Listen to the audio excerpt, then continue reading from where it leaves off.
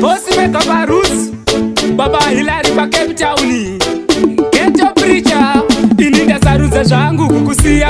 Ndikaramba ndichidanana newe ndingazvifira. Parudo nezvese utoripo, problem hauna kana respect.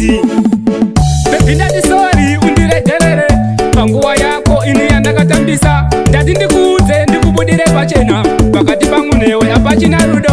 Baby ndati sorry undiregerere, panguva yako ini yandakatambisa. Ndati ndikuudze ndikubudire pachena, pakati pangu newe hapachina rudo.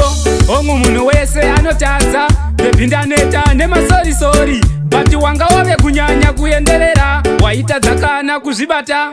Pakutanga murudo ndanga ndakaperera, ndechiti ndawana maive pamba. Murudo wakapinda nemoyo, ndanga ndisingade kukuita time pusher.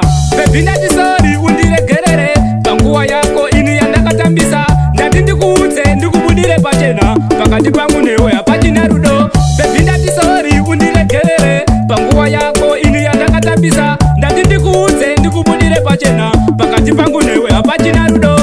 Ini ndasarudza zvangu kukusiya, ndikaramba ndichidanana newe ndingazvifira. Parudo nezvese utoripo, problem hauna kana respect.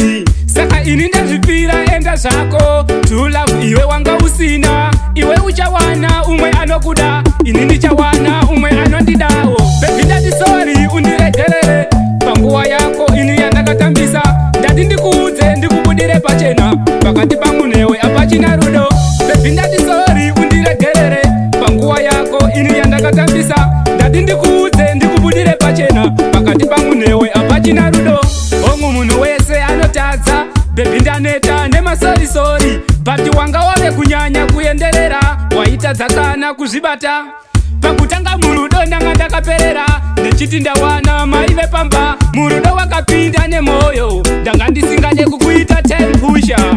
Baby ndati sorry undiregerere, panguva yako ini yandakatambisa. Ndati ndikuudze ndikubudire pachena, pakati pangu newe hapachina rudo.